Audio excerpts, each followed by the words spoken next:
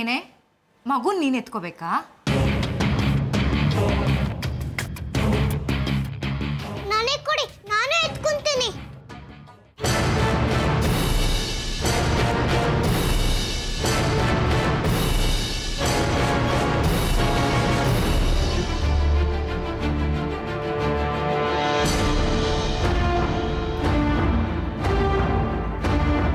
ಸ್ವಲ್ಪನಾದ್ರೂ ಜವಾಬ್ದಾರಿ ಇದೆಯಾ ನಿನ್ಗೆ?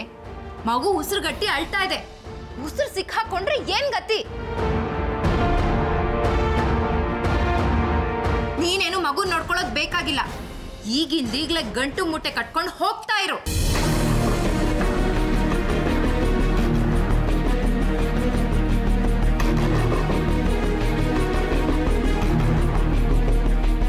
ಏನೇ ನೋಡ್ತಾ ಇದ್ಯಾ? ಹೊರಡು.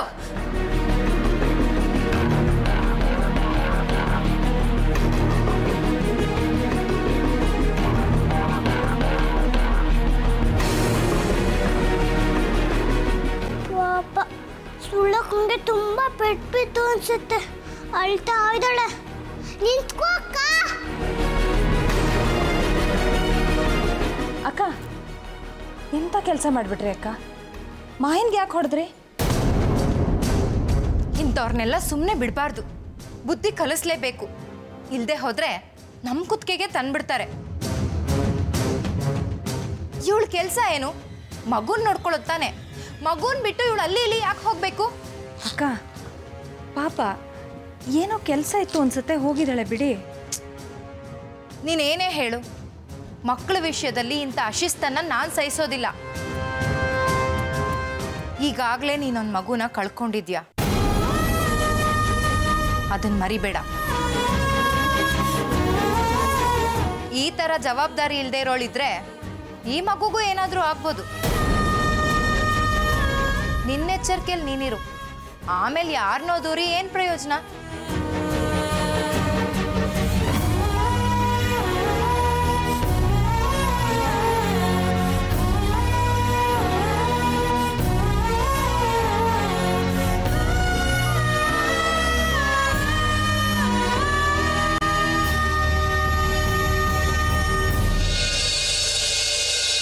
ಇಲ್ಲಪ್ಪ, ಫಂಕ್ಷನ್ನ ಗ್ರ್ಯಾಂಡಾಗಿ ಮಾಡೋದು ಬೇಡ ಅಂತ ನಾವೆಲ್ಲ ಡಿಸೈಡ್ ಮಾಡಿದ್ದೀವಿ. ದೊಡ್ಡಮ್ಮ ಮನೆಗೆ ಹಿರಿಯರು, ಅವ್ರಿಗೆ ಫೋನ್ ಮಾಡಿ ಬರೋಕ್ಕೆ ಹೇಳು ಅಂತ ಅಮ್ಮ ಹೇಳಿದ್ರು. ಹೌದಾ? ಸರಿ, ಹಾಗಾದರೆ ನಾನು ಫೋನ್ ಮಾಡಿ ಡೇಟ್ ಕನ್ಫರ್ಮ್ ಮಾಡ್ತೀನಿ. ಆ ಡೇಟ್ಗೆ ಬರೋಕ್ಕಾದ್ರೆ ತುಂಬ ಸಂತೋಷ. ಹಾಂ, ಮನೇಲೆಲ್ಲನೂ ಕೇಳಿದೆ ಅಂತ ಹೇಳು. ಬಾಯ್.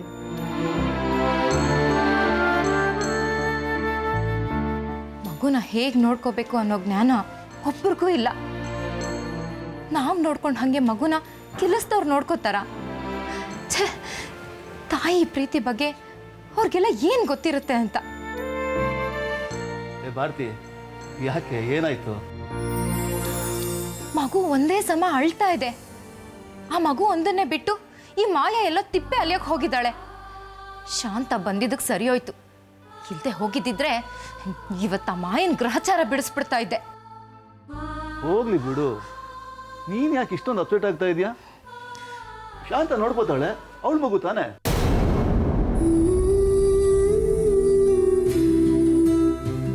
ಅವಳ ಮಗು ಹೇಗಾಗತ್ತೆ? ಅದು ಅದು ಎಲ್ಲರ ಮಗು, ಈ ಮನೆ ಮಗು. ಎಷ್ಟಕ್ಕೂ ಅವಳು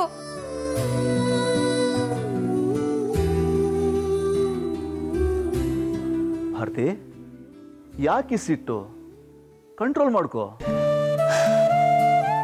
ಸರಿ, ಆ ವಿಷಯ ಬಿಡಿ. ನೀವು ಯಾರ ಹತ್ರನೋ ಫೋನಲ್ಲಿ ಮಾತಾಡ್ತಾ ಇದ್ರಿ? ದೊಡ್ಡಮ್ಮಂಗೆ ಫೋನ್ ಮಾಡ್ತಾ ಇದ್ದೆ, ಅನ್ನಪ್ರಾಶನ ಫಂಕ್ಷನಿಗೆ ಬನ್ನಿ ಅಂತ. ದೊಡ್ಡಮ್ಮ ನಾರ್ತ್ ಇಂಡಿಯಾ ಟೂರಿಗೆ ಹೋಗಿದ್ದಾರಂತೆ. ಅಷ್ಟರೊಳಗೆ ಬಂದರೆ ಕರ್ಕೊಂಡು ಬರ್ತೀನಿ ಅಂತ ಪ್ರದ್ಯುಮ್ನ ಹೇಳ್ದ. ಈಗ ಮಗುಗೆ ಅನ್ನಪ್ರಾಶನ ಮಾಡಿಸೋದಕ್ಕೆ ಏನು ಅವಸರ ಆಗಿತ್ತು? ನನಗಂತೂ ಈ ಫಂಕ್ಷನ್ ಮಾಡೋದೇ ಇಷ್ಟ ಇಲ್ಲ. ನನಗಂತೂ ಈ ಫಂಕ್ಷನ್ ಮಾಡೋದೇ ಇಷ್ಟ ಇಲ್ಲ. ಯಾಕೆ ಭಾರತಿ? ಅಂಜಲಿ ಇಲ್ಲದೆ ನಮ್ಮ ಫ್ಯಾಮಿಲಿಲಿ ಸಂಭ್ರಮ ಸಡಗರ ಅನ್ನೋದನ್ನ ನೋಡೇ ಎಷ್ಟೋ ದಿನಗಳಾಗಿತ್ತು. ಈ ಫಂಕ್ಷನ್ ನೆಪದಲ್ಲಾದರೂ ನಾವೆಲ್ಲ ಖುಷಿಯಾಗಿರ್ಬೋದಲ್ಲ. ಅನ್ನಪ್ರಾಶನ ಮಾಡೋದ್ರಲ್ಲಿ ತಪ್ಪೇನಿದೆ? ಅಂಜಲಿ ಈ ಮನೇಲಿಲ್ಲ. ಅವಳು ಹೋಗಿ 1 ವರ್ಷ ಆಯಿತು. ನಾವುಗಳು ಸೀದಾ ಬಂದು ಮನೆಗೆ ಸೇರ್ಕೊಂಡ್ಬಿಟ್ವಿ. ಒಂದು ಸುಣ್ಣ ಬಣ್ಣ ಪೂಜೆ ಪುನಸ್ಕಾರ ಅಂತ ಏನಾದರೂ ಮಾಡಿದ್ವಾ? ಈಗ ಏಕಾಏಕಿ ಅನ್ನಪ್ರಾಶನ ಮಾಡಿಸೋ ಅರ್ಜೆಂಟ್ ಏನಿದೆ?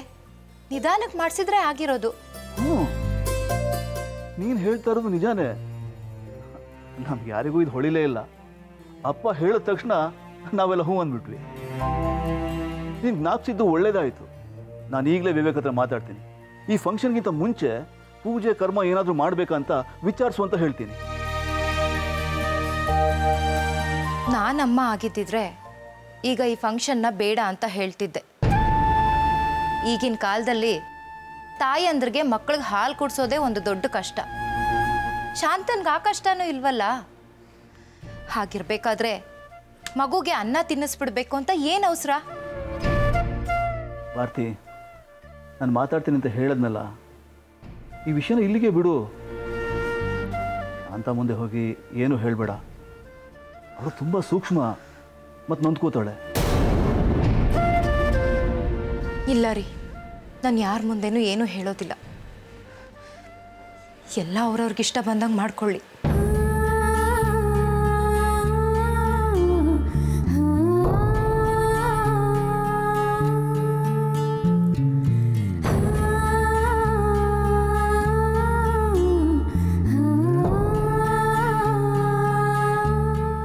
ಎಲ್ಲ ಖುಷಿ ಸುಖನೂ ಬೇರೆಯವ್ರ ಮಕ್ಕಳಲ್ಲಿ ಕಂಡಿದ್ದೇ ಆಯ್ತು.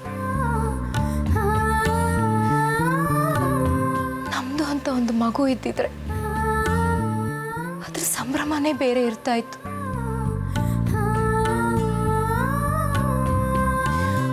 ಆದ್ರೆ ಆ ದೇವರು ನನ್ಗೆ ಅದೃಷ್ಟನೇ ಕೊಡ್ಲಿಲ್ಲ. ಅದೃಷ್ಟನೇ ಕೊಡ್ಲಿ.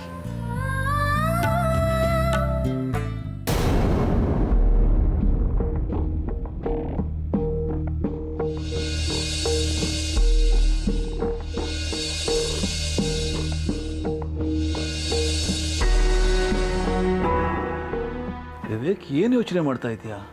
ಅದಕ್ಕೆ ಹೇಳ್ತಾ ಇರೋದು ಸರಿಯಾಗೇ ಇದೆ. ಅದರಲ್ಲಿ ತಪ್ಪಿಲ್ಲ ಅನ್ಸುತ್ತೆ. ಇನ್ಫ್ಯಾಕ್ಟ್ ನಾವು ಮರ್ತಿದ್ದನ್ನ ಭಾರತಿ ಜ್ಞಾಪಿಸಿದಾಳೆ ಅಷ್ಟೇ. ಇಲ್ಲ ಅಣ್ಣ, ನಾನು ಮರ್ತಿಲ್ಲ. ಅಂಜಲಿನ ಅಷ್ಟು ಸುಲಭವಾಗಿ ಮರೆಯೋಕ್ಕಾಗಲ್ಲ. ಅವಳ ಹೆಸರಲ್ಲಿ ಪೂಜೆನೋ ಪುನಸ್ಕಾರನೋ ಮಾಡಿಸಿದ್ರೆ ಅವಳ ನೆನಪನ್ನ ಕೆದಕಿ ಎಲ್ಲಿ ನಿಮ್ಮಗಳ ಮನಸ್ಸನ್ನು ಹಾಳು ಮಾಡ್ಬಿಡ್ತೀನೇನೋ ಆತಂಕ ನನ್ನನ್ನು ಕಾಡ್ತಾ ಇತ್ತು. ಆ ದೃಷ್ಟಿಯಿಂದ ನಿಮ್ಮಲ್ಲಿ ಈ ವಿಷಯನ ಪ್ರಸ್ತಾಪ ಮಾಡಲಿಲ್ಲ ನಾನು. ಅದೇನು ಸರಿ ವಿವೇಕ್. ಆದರೆ ಈಗ ಏನು ಮಾಡೋದು? ಅವಳ ಹೆಸರಲ್ಲಿ ಏನಾದರೂ ಪೂಜೆನೋ ಕರ್ಮನ ಮಾಡಿಸ್ಬೇಕು ಅಂತ ಭಾರತಿಗೆ ಅನಿಸಿದೆ ಅಂದಮೇಲೆ ಮನೇಲಿ ಎಲ್ಲರ ಮನಸ್ಸಲ್ಲಿ ಅದು ಹುಳುಕ್ ಥರ ಕೊರಿತಾ ಇರ್ಬೋದು. ಆದರೆ ನಿಂತರ ಬಾಯಿ ಬಿಟ್ಟು ಹೇಳದೇ ಇರ್ಬೋದಲ್ವಾ? ಮೇ ಬಿ ನಾವು ಆ ಮಗುಗೋಸ್ಕರ ಏನೂ ಮಾಡಿಲ್ಲ ಅನ್ನೋ ಗಿಲ್ಟ್ ಇದ್ರೂ ಇರ್ಬೋದು. ಹಾಗಿದ್ರೆ ಅನ್ನಪ್ರಾಶನಕ್ಕೂ ಮೊದಲು ಒಬ್ಬರು ಜೋಯಿಸಣ್ಣ ಮನೆ ಕರೆಸಿ ಒಂದು ಸಣ್ಣ ಪೂಜೆಗೆ ಏರ್ಪಾಡು ಮಾಡೋಣವಾ? ಬೇಡ ಅಣ್ಣ, ಈ ಮನೇಲಿ ಏನೂ ಮಾಡೋದು ಬೇಡ. ಈ ಮನೆ ಕಾಲಿಟ್ಟಾಗಿನಿಂದ ಶಾಂತನ ಕಂಟ್ರೋಲ್ ಮಾಡೋದೇ ಕಷ್ಟ ಆಗಿದೆ. ಅಂಜು ಹೆಸರಲ್ಲಿ ಪೂಜೆ ಪುನಸ್ಕಾರ ಮಾಡಿಸ್ತಾ ಇದ್ದೀವಿ ಅಂತ ಗೊತ್ತಾದರೆ ಅವಳು ಡಿಪ್ರೆಷನ್ಗೆ ಹೊರಟೋಗ್ತಾಳೆ. ಮತ್ತೆ ಅದರಿಂದ ಹೊರಗೆ ಕರ್ಕೊಂಡ್ಬರೋದು ತುಂಬ ಕಷ್ಟ ಆಗುತ್ತೆ. It takes very long time. ಹಾಗಾದರೆ ಏನೂ ಮಾಡೋದು ಬೇಡ ಅಂತೀಯ? ಬೇಡ ಅಂತಲ್ಲ, ಏನಾದರೂ ಮಾಡೋಣ. ಆದರೆ ಮನೇಲಿ ಬೇಡ ಅಣ್ಣ. ಮತ್ತೆಲ್ಲಿ ಮಾಡೋದು? ದೇವಸ್ಥಾನದಲ್ಲೋ ಮಠದಲ್ಲೋ ಅಂಜಲಿ ಹೆಸರಲ್ಲಿ ಅನಾಥ ಮಕ್ಕಳಿಗೆ ಊಟ ಹಾಕೋಣ. ಅವಳ ಹೆಸರಲ್ಲಿ ಡೊನೇಷನ್ಸ್ ಕೊಡೋಣ. ಹೀಗೆ ಅಂಜಲಿ ಹೆಸರಲ್ಲಿ ಏನೇನು ಮಾಡೋಕ್ಕೆ ಸಾಧ್ಯ ಆಗುತ್ತೋ ಎಲ್ಲ ಮಾಡೋಣ.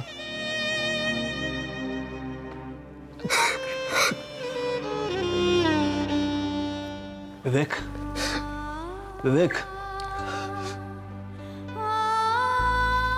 ನಿನ್ನ ಮನಸ್ಸಿಗೆ ಹೇಗೆ ಅನ್ಸುತ್ತೋ ಹಾಗೆ ಮಾಡು. ಈ ವಿಷಯದಲ್ಲಿ ನಾನು ನಿನ್ನ ಬಲವಂತ ಮಾಡಲ್ಲ. ಅಣ್ಣ, ಒಂದು ನಿಮಿಷ.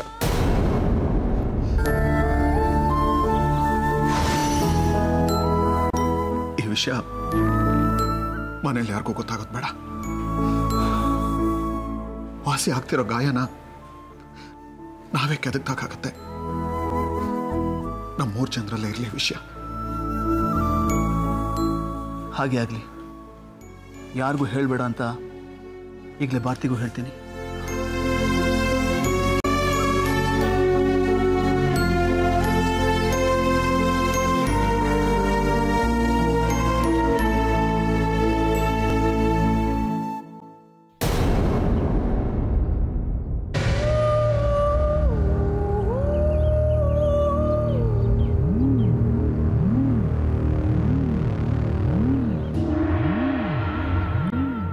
ಸುಳ್ಳಕ್ಕ ಒಬ್ಳೆ ಎಲ್ಲಿ ಹೋಗ್ತಿದ್ದಾಳೆ?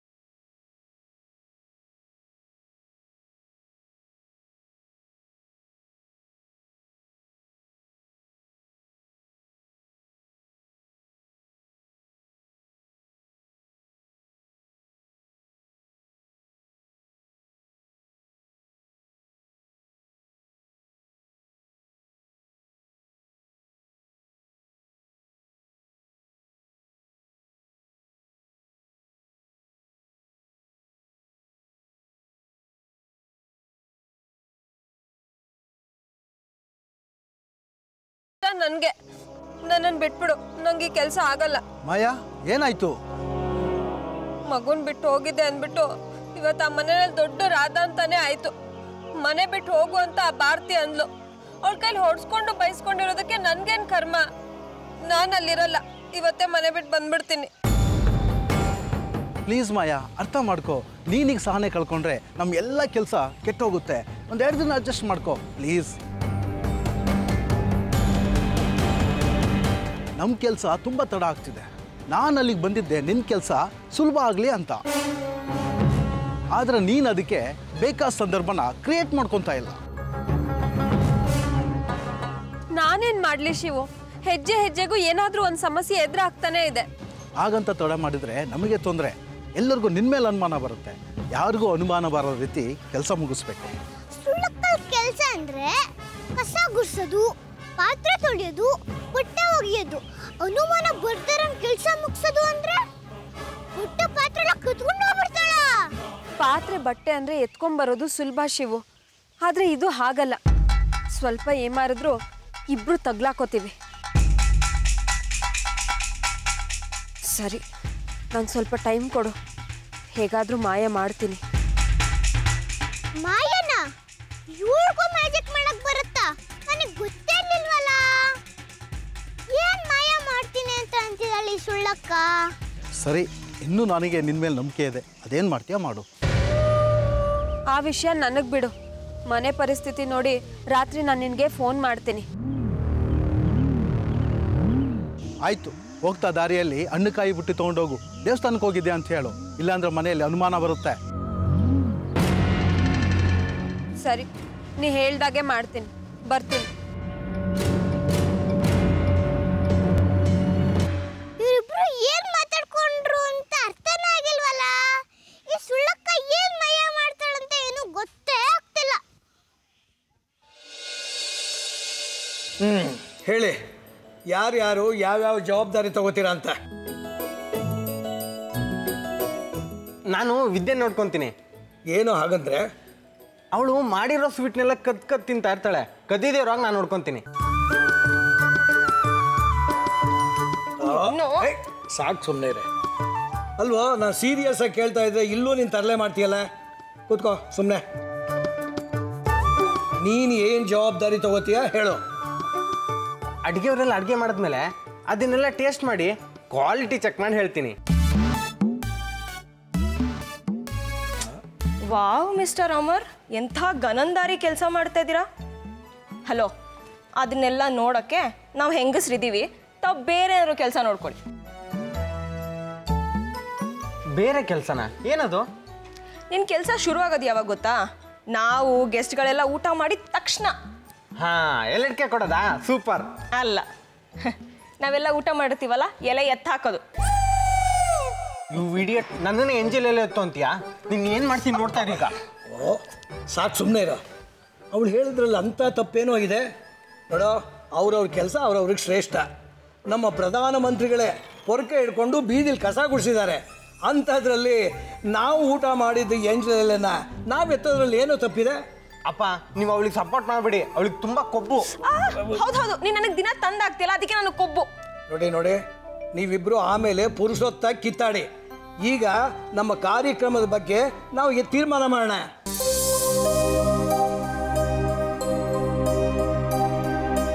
ಈ ಕಾರ್ಯಕ್ರಮ ಮನೆ ಮಟ್ಟಿಗೆ ಮಾಡೋದು ಅಂತ ತೀರ್ಮಾನ ಆಗಿದೆ. ಇದರಲ್ಲಿ ಇನ್ಯಾವ ಬದಲಾವಣೆನೂ ಇಲ್ಲ ತಾನೇ? ಇಲ್ಲ, ಯಾವುದೇ ರೀತಿ ಬದಲಾವಣೆನೂ ಇಲ್ಲ. ಇವ್ರ ದೊಡ್ಡಮ್ಮ ನಾರ್ತ್ ಇಂಡಿಯಾ ಟೂರ್ಗೆ ಹೋಗಿದ್ದಾರೆ.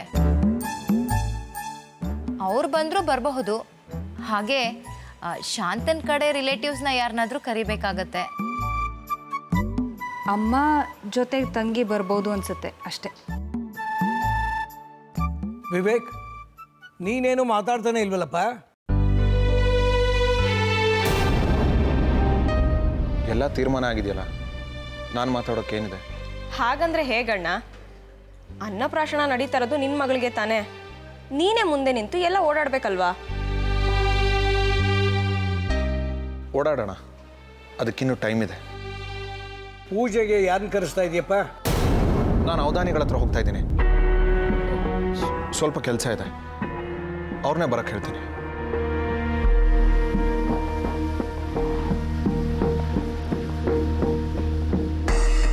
ಅವಧಾನಿಗಳ ಹತ್ರ ಹೋಗ್ತಾ ಇದೆಯಾ? ಏನು ಕೇಳೋಕ್ಕೆ? ಏನಿಲ್ಲ, ಈ ಮನೆನ ನಾವೇ ಕೊಂಡ್ಕೊಂಡ್ವಲ್ಲ, ಇದ್ರ ವಾಸ್ತು ಬಗ್ಗೆ ವಿಚಾರಿಸೋಕೆ. ರೀ, ನಾವು ಈ ಮನೆಯಲ್ಲೇ ಇದ್ದವರು, ಈಗ ಈ ಮನೆನ ಕೊಂಡ್ಕೊಂಡು ಆಗಿದೆ. ಈಗ ವಾಸ್ತು ಬಗ್ಗೆ ವಿಚಾರಿಸ್ಬೇಕು ಅಂತಿದ್ದೀರಲ್ಲ? ಶಾಂತ ಹೇಳೋದು ಸರಿಯಾಗೇ ಇದೆ. ನೀನು ಅವಧಾನಿಗಳ ಹತ್ರ ಈ ಮನೆ ವಾಸ್ತು ಬಗ್ಗೆ ಏನು ಕೇಳೋದು ಬೇಡಪ್ಪ. ಅವ್ರೇನಾದ್ರು ವ್ಯತಿರಿಕ್ತವಾಗಿ ಹೇಳಿ ತಲೆಗೆ ಹುಳ ಬಿಟ್ಟರೆ ಆ ಹುಳ ನಮ್ಮ ತಲೆನ ಕೊರಿಯೋಕ್ಕೆ ಶುರು ಮಾಡುತ್ತೆ ಅಷ್ಟೇ. ಆಮೇಲೆ ಸರಿಯಪ್ಪ, ನೀವು ಹೇಳಿದ್ಮೇಲೆ ಮುಗೀತು. ನಾನು ಅವಧಾನಿಗಳ ಹತ್ರ ಹೋಗೋ.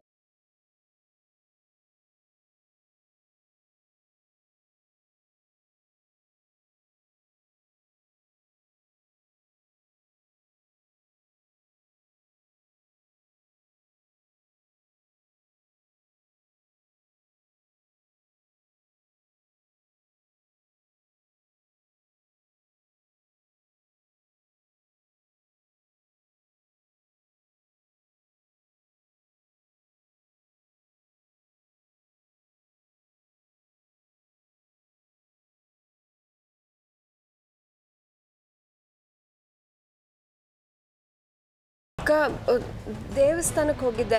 ಎಲ್ಲ ಸುಳ್ಳು ಅಮ್ಮ, ಏನು ನಂಬಡ. ಯಾವ ದೇವಸ್ಥಾನಕ್ಕೂ ಹೋಗಿಲ್ಲ. ಏಯ್, ನಾನು ನಿನ್ನ ಮನೆ ಬಿಟ್ಟು ಹೋಗು ಅಂತ ಹೇಳಿದ್ದೆ ತಾನೆ, ಮತ್ತೆ ಯಾಕೆ ಬಂದೆ? ಅಕ್ಕ, ದಯವಿಟ್ಟು ಸುಮ್ಮನೆ ಇರಿ. ಆಗಿದ್ದಾಗೋಯ್ತು, ಬಿಟ್ಬಿಡಿ.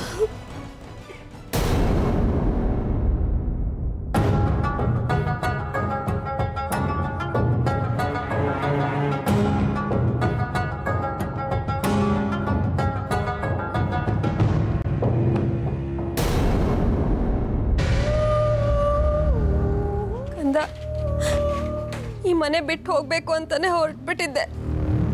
ಆದ್ರೆ ನಿನ್ನನ್ನು ಬಿಟ್ಟು ಹೋಗೋದಕ್ಕೆ ಮನ್ಸಾಗ್ಲಿಲ್ಲ.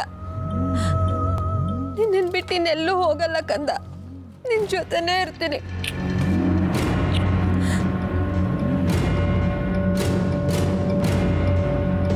ಈ ಫೋನ್ ಅಕ್ಕ ಸುಳ್ಳು ಹೇಳ್ತಿರಲ್ಲ ಅಥವಾ ಇದು ನಿಜನಾ?